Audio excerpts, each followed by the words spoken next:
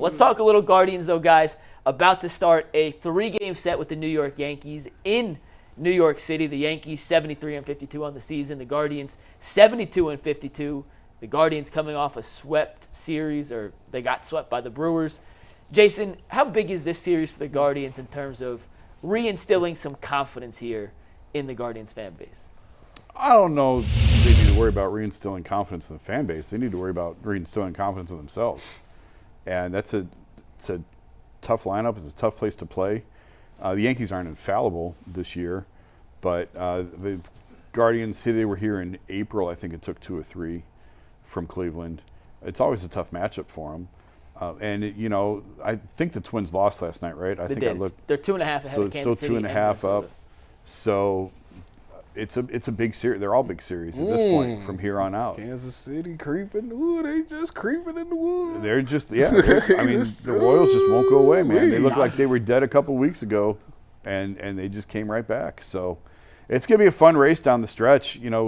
Get to see your guy Matthew Boyd pitch again.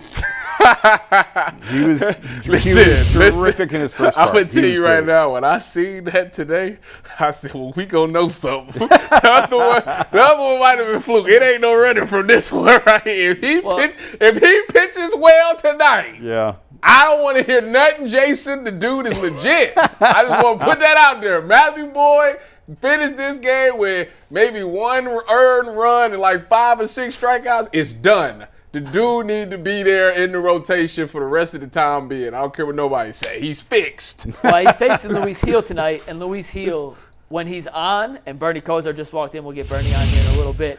When Luis Gil is on, his stuff is electric. I don't know how much you guys have seen of Luis Gil this season. He started off, he's a rookie time. He started off this season unhittable. Kind of hit a little rough patch, not pitching nearly as well as he had earlier, but throws a 99-mile-an-hour fastball, a 94-mile-an-hour slider, and an 84-mile-an-hour changeup, and has dudes looking silly if his stuff's on. So Matthew Boyd versus Luis Gil.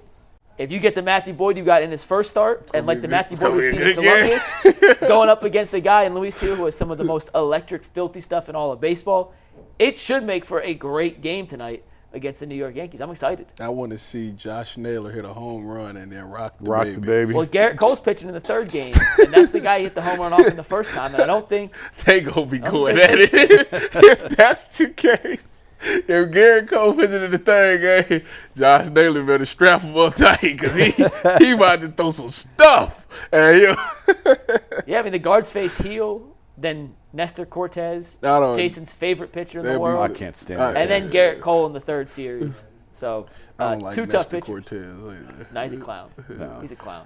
Well, like I say, this is a clown. This is a good series. The last game, I don't think they was hitting that well. Against the Brewers, they just was not hitting at all. You got to find it. Like, if that offense is there, like, it has to be what it was before July. Like, that's the type of performance you're going to have to beat the Yankees. Everybody's on deck. Josh Naylor, Jose, Lane. I'm predicting Josh Naylor to go yard today. I'm going to just throw that out there. And I would like to see Lane Thomas, who I think had a hit in his last game, I think. No, I don't. Did he not have one? Maybe. I mean, he ain't have a great game. He just had a hit, and I was just I'll take that over the what you've been giving us. As an offense, they had 13 hits in the 3 games. So we'll see how it goes. When you look at the importance I'm trying of to think of some bright spots.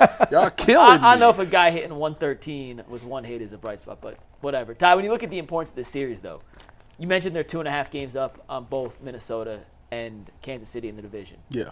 They're half a game behind New York for the number 1 seed in the American League right now. Okay. And I'm not exactly sure what the tiebreaker is. I think head-to-head's the first tiebreaker. The Guardians and the Yankees could be the 2 teams battling for that 1 spot and home field advantage throughout the playoffs. The Yankees won 2 or 3 the first time they came around. The Guardians need to win 2 or 3 this time to at least get that split and go to the second tiebreaker. If it does come down to a final game of the season situation where both teams have essentially the same record, both talked about it time and time again. The Yankees may not be the Yankees of the early 2000s, but you do not want to go to the Bronx in a Game 7 situation. There's some sort of aura and atmosphere there that is extremely difficult to overcome. And it's not impossible, but you'd much rather play that game at Progressive Field than in the Bronx. First of all, I do want to go to there. Before I die, I do want to go see a game there. Cool place. Just to see what it's like. And Cool I think place. that if anything, this is a playoff-like setting for the Guardians. You've been, up until this point, you've been really good. You've had your moments where things have been bad, but for the most part, it's been a season that you could be proud of. Absolutely. But you need this series to be tested, because this is what it's going to be. This is as close as you're going to get to a playoff-like setting, like how you're going to perform in the playoffs. I know it's still regular season right now, but this game has meaning behind it because you're looking to try to get that number 1 seed. So to me, how they perform in this series would tell me a lot. If they win this series, it's very hard for somebody to tell me that team can't win a World Series. Like, that to me this is a big moment for them. Who's pitching for us? Who's the 3 pitchers? Boyd. It ain't gonna be Cobb. They haven't announced tomorrow yet. Oh, shoot. And then Gavin Williams on Gavin got Thursday. hit up the last time he was out there. Well, it's Gavin versus Garrett Cole, and Jason, you've talked time and time again Gavin about got hit in the mouth the last time he was out there. it was more one bad. Yeah, inning, gave up a but 3-run yeah. homer in the first, and that kind of set. It was not a good outing. He got hit in the mouth. It was But not a Garrett good Cole's outing. the guy who a lot of people have compared Gavin Williams to in the past, and you're Yeah. going to get a side-by-side comparison, a head-to-head matchup between Gavin Williams and Garrett Cole, former Cy Young Award winner. Has he won multiple Cy Youngs? Yes. Multiple Cy Young Award winner. I believe so. I know he won last year, but you're going to get the chance to see who Gavin Williams is now versus who you hope Gavin Williams can turn into down the road. Is Cookie pitching tomorrow? He's on the IL. I don't know who they're going to pitch tomorrow. They call up Cantillo Didn't again? they call somebody up yesterday when they put Cobb down? Well, it's supposed to be Cobb, so Yeah, they got to figure that out. they also called up the Lauder to AAA. Bobby which I'm hasn't excited pitched since about. the 11th. I don't know if they'll use him. No, Bobby pitches the day after Williams. He'll be the first starter against Texas. Yeah, they just pushed him back I a see couple of that. days. They pushed him Yeah. back a couple of days. So I don't know who's. They haven't announced the starter yet, but whoever it is will be facing Nestor Cortez, who is the guy you'd want him pitching against. Yeah, I'm about to Cortez is say, the worst of yeah, the 3 he- starters they'll face. I had to lost some fan duel money because of him. So, Cortez? yeah, Yeah, I he's, took the Yankees when he was on. I don't think I won yet when he's on. So Nah, he's a definitely pick the Guardians tomorrow on the money line. You mentioned Gavin though. That's the one. That's the one I want to see Gavin Williams against that lineup in that stadium, because you're counting on him to give you big innings down the stretch and into the playoffs. And he's the least tested. Tanner Bibby's proven more than Gavin Williams has to this point. So I want to see Gavin in that environment, in a pennant race, in a playoff chase, in one of the most hostile stadiums that exist. Well, and see how he responds coming off a pretty terrible start his last time out on the road. Sink So, or swim. Yeah.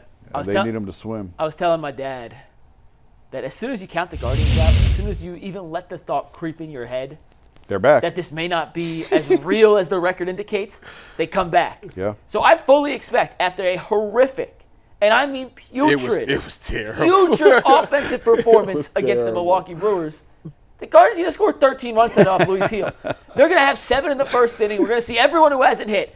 Schneeman, Fry, Rocchio, Freeman. Like, Put it in the parlay. all these then, guys- if that's the case. I'm done betting on baseball.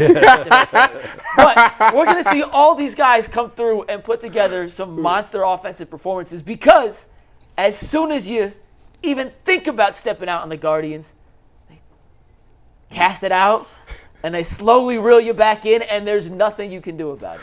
It's been the only constant with the Guardians this season. As soon as you think they're done, they find a way to say, holy shit, Yeah. this team's good. Again. Again. Let Anthony. It happens every time. Anthony, let me see that they schedule again after this. Who they got? What's the teams after this? They got Texas after this, and then Kansas City. And then Then Pittsburgh. after Dang, that's Pittsburgh, all they go that. into There'll be Kansas some City. good Then teams it's- too. then They playing some good ball for quite some time. Yeah, then it's Kansas City again on the back end of that. They got a lot coming up with the Royals. And then after the Royals, they Oh, go man. into LA against the Dodgers. Bobby Witt playing on another level. He's right insane. now. He's insane. Insane. They got to, yeah. They got to have this one. They got to have this one in the worst way. I didn't peep the rest of the schedule like that. Well, to your point, like they were down, they get swept by Minnesota in the doubleheader, and it's down to 1.5, and you think like, well, Lost all 7 right, in a row. here Whatever. it comes, and then they turn around and rip off 4 straight. I think it was after that 5. was it 5 after that, Yeah, the last two of that series, And and they then swept. Yeah. yeah, and then they get swept. I mean, it's in the nicest way. They're like cockroaches. Like, you can't kill them. Like, they're just, no matter what happens, it could be a nuclear explosion. The Guardians will somehow find a way to score 8 runs the day after they get shut out for 4 games in a row. Bull talked about some of the lineup changes he thinks they need. They called up the Lauder to AAA. Jason, when you look at the outfielders in Columbus now, they have about 7 outfielders. I pray to all the gods up there that it's George Valera who gets called up. My fear is it's going to be Miles Straw, and they're going to tell us. What? Miles has changed his approach at the plate. Straw did hit a home run. I know, the other day. and that's Did he? my Yeah. biggest fear is they're going to call it. Now, No, Miles Straw will spend the rest you of already his checked career your. in Columbus. Hold on. Jason already told us he talked to Zach Jackson, had inside information about something and didn't tell us. If you've talked to Zach Meisel this morning I and you have know not. who they're calling up and you're not telling us, I'll be very upset. I have not. Yeah, I'm sorry about the DTR thing. That's really funny. I saw that come across like, oh yeah, that's right. He told me about that. So do you think it's Valera? You think we're finally going to get a chance to see Valera? We need to. Yeah, I mean, there was a couple years ago, he was our top prospect. He's had a ton of injuries since then, but I've been hearing about George Valera's left-handed swing for 10 years now. at least 5 years. So I'd love to get a look at this guy and see if he can help them in October, because that's really what this is all about. Like, the way that they've been churning through these guys, the way that they've been bringing guys up and giving guys a look, it's about who can help us in October. Well, he's probably next, or should be next, him and Manzardo both, to get him up here and take a look at him and see. And I just sent you the Louder home run. When you get that in social news desk, let me know, because I got to show you guys this. Tyvis, you're a swing expert here on the show, and Jason. I'm sure I can get it in by overtime. Yeah, with this piece, I'm not going to hold my tongue here. Did you see the home run he hit last night? Last night? 2 nights ago. The Lauder? It was his 3rd home run in 3 games. I The think way- I saw it.